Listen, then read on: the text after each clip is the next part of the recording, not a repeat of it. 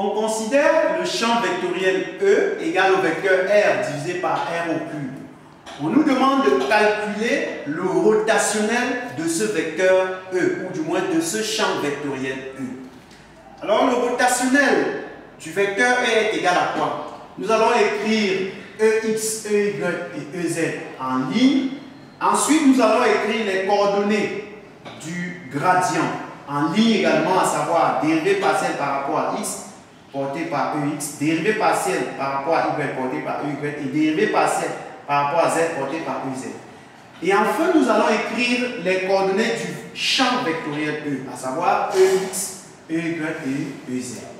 Nous allons donc appliquer la formule du rotationnel.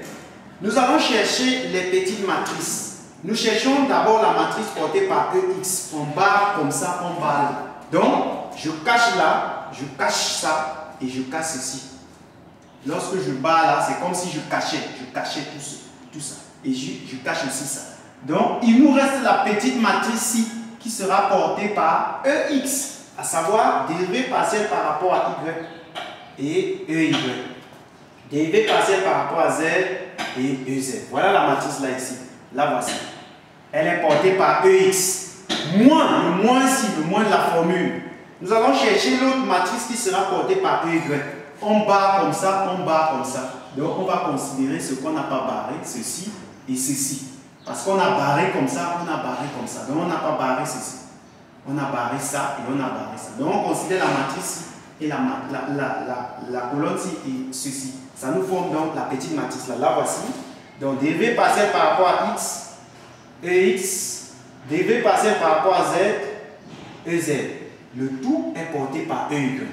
Et enfin, nous mettons plus, c'est la formule plus, la matrice qui sera portée par EZ. Nous barrons comme ça et comme ça.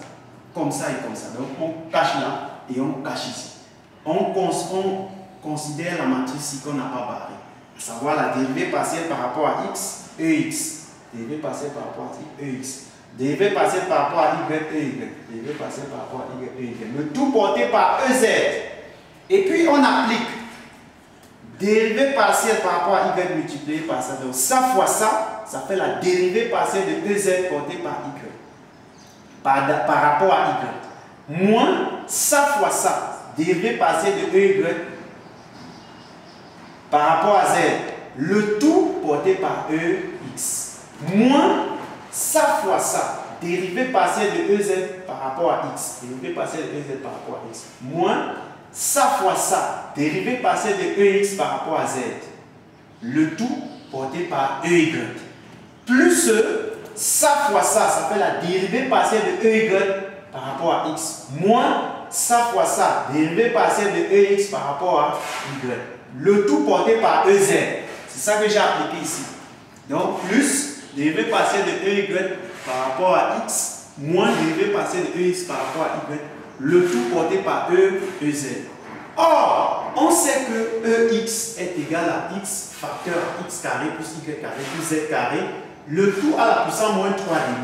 Et EY est égal à Y facteur à Y X carré plus Y carré plus Z carré porté par, facteur à moins 3,5. Et EZ est égal à Z facteur à X au carré plus Y au carré plus Z au carré.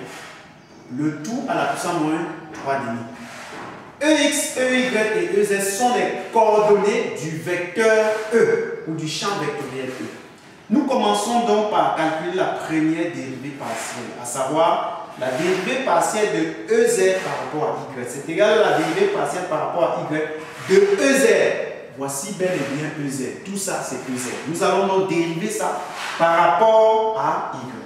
Je rappelle que tous ceux qui ne sont pas Y sont considérés comme des constantes.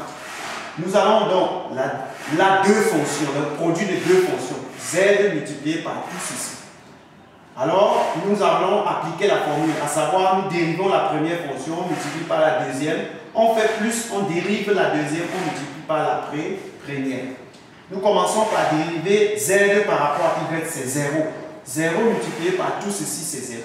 Plus la dérivée de la deuxième, à savoir la dérivée de tout ça, par rapport à Y, c'est égal à moins 3,5, la puissance moins 3,5, on multiplie par la première fonction z, et on dérive la fonction ci à l'intérieur par rapport à y, ça fait 2y.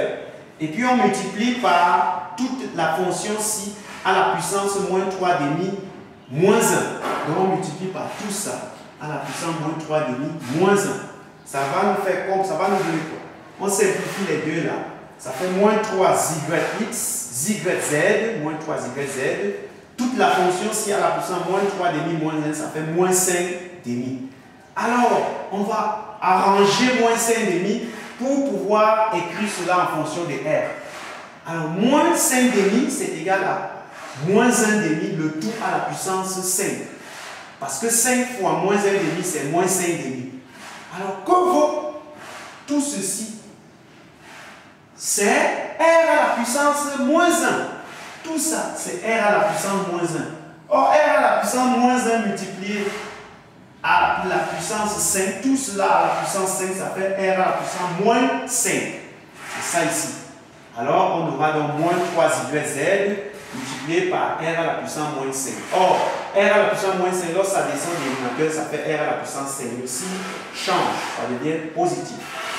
On aura donc moins 3yz divisé par R à la puissance 5. Là, c'est le résultat de la première dérivée partielle ci, à savoir la dérivée partielle de EY par rapport à, de EZ par rapport à Y.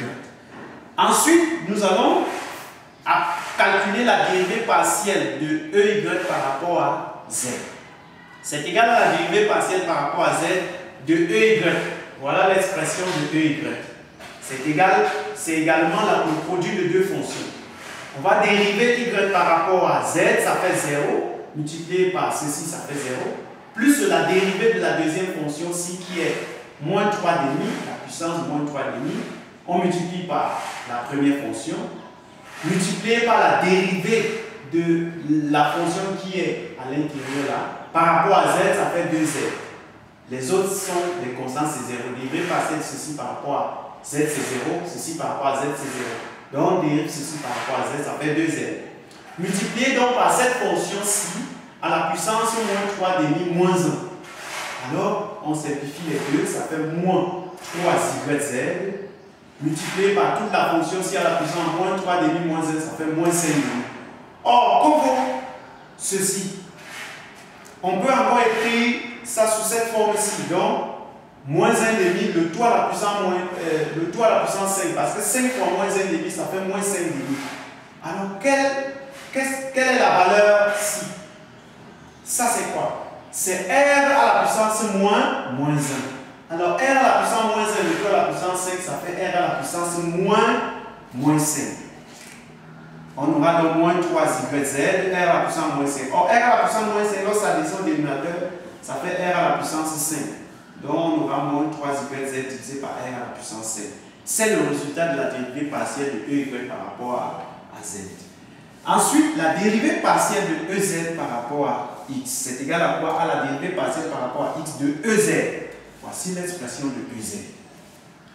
On va dériver d'abord la première fonction par rapport à X, ça fait 0, multiplié par la deuxième fonction, ça fait 0, plus la dérivée partielle de la deuxième fonction, ça fait moins 3 demi, multiplié par la première fonction, multiplié par la dérivée partielle de la fonction ci à l'intérieur par rapport à x, ça fait 2x. Les autres sont considérés comme des constantes, leur dérivée c'est 0. On a 2x multiplié donc par cette fonction ci à la puissance moins 3 demi moins 1.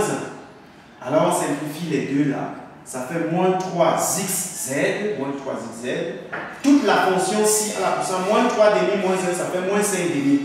Or, que vaut cette puissance-ci? Que vaut cette valeur-ci?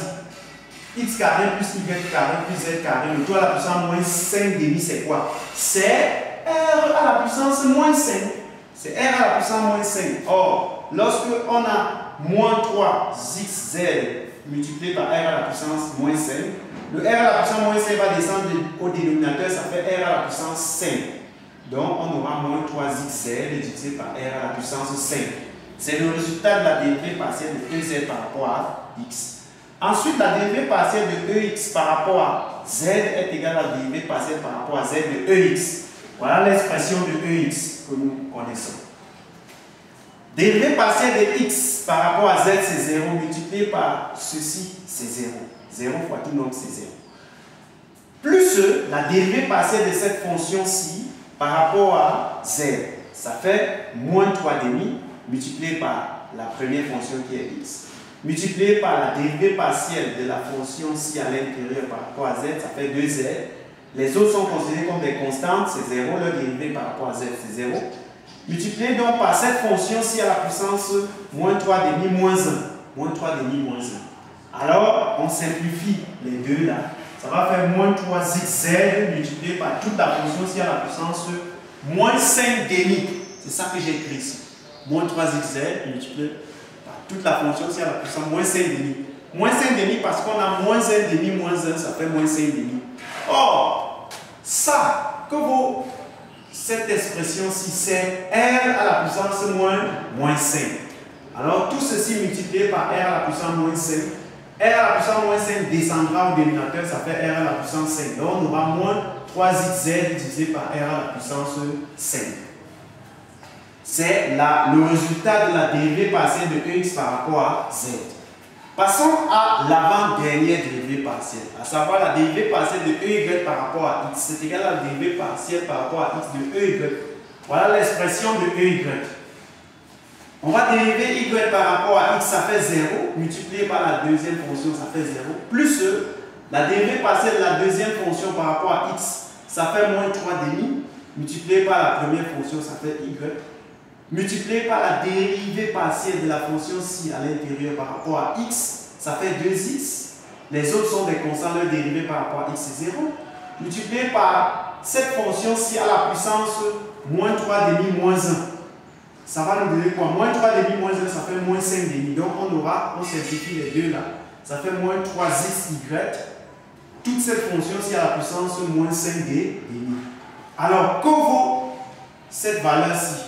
Cette valeur-ci, c'est encore r à la puissance moins 5. Nous avons vu ça précédemment. Comment c'est égal à r à la puissance moins 5. Ça fait donc r à la puissance moins 5 multiplié par ceci, ça fait moins 3xy multiplié par r à la puissance moins 5. Or, r à la puissance moins 5, ça passe au dénominateur, ça fait r à la puissance 5. Donc, on aura moins 3xy divisé par r à la puissance 5. C'est le résultat de la dérivée partielle de ey par rapport à x. Nous finissons donc avec la dernière dérivée partielle qui est la dérivée partielle de ex par rapport à y. C'est égal à la dérivée partielle par rapport à y de ex. Voici l'expression de ex que nous connaissons. Nous allons d'abord dériver la première fonction par rapport à y, ça fait 0. Multiplié par la deuxième, ça fait 0. Plus la dérivée partielle de la deuxième fonction par rapport à y, ça fait moins 3 demi. Multiplié par la première fonction, x. Multiplié par la dérivée partielle de la fonction ci à l'intérieur par rapport à y, ça fait 2y. Ceci c'est 0 parce que ça ne dépend pas de y. Ceci c'est 0. Ce sont des constantes par rapport à y. Donc on dérive seulement ceci par rapport à y, ça fait 2y.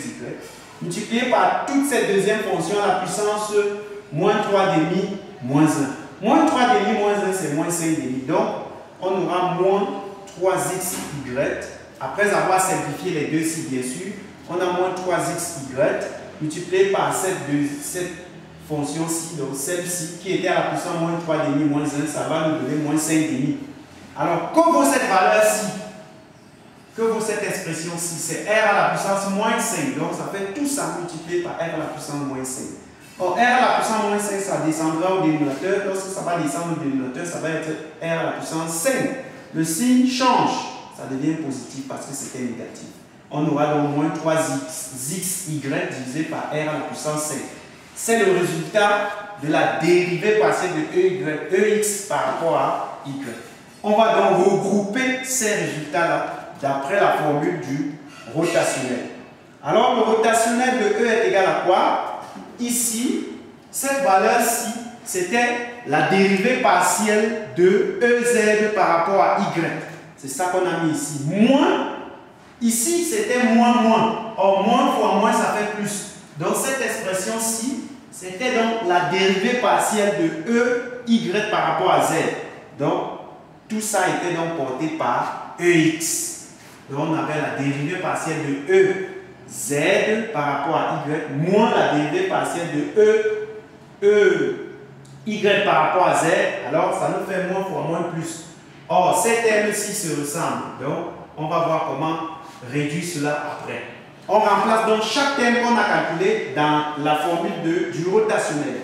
Moins, ça c'était le moins de la formule, moins l'expression, si ça c'était le résultat de la dérivée partielle de EZ par rapport à x, moins la dérivée partielle de EX par rapport à Z. Or, moins fois moins font plus. Donc voilà l'expression de la dérivée partielle de EX par rapport à Z. Mais là, c'est la dérivée partielle de EZ par rapport à x. Donc, moins fois moins font plus. Le tout porté par EY. Et enfin, on finit avec la dérivée partielle de la dérivée partielle de EY par rapport à x, moins la dérivée partielle de EX par rapport à y. Donc, moins font plus. Le tout porté par EZ. Nous remarquons donc que ceci ressemble, est l'opposé de ceci. Donc, ça est l'opposé de ça. Ça s'annule, ça fait 0. Également ici, ça c'est l'opposé de ceci. Ça fait 0 également. C'est pourquoi vous allez voir ici, porté par x c'est 0. Moins porté par EY, pardon, c'est 0. Et vous remarquez également que ceci c'est l'opposé de ceci. Porté par EZ, c'est 0. Donc, on a 0 en EX, 0 en EY et 0 en EZ. Ça nous donne donc le vecteur nul. On conclut donc que le rotationnel du vecteur E est égal au vecteur nul.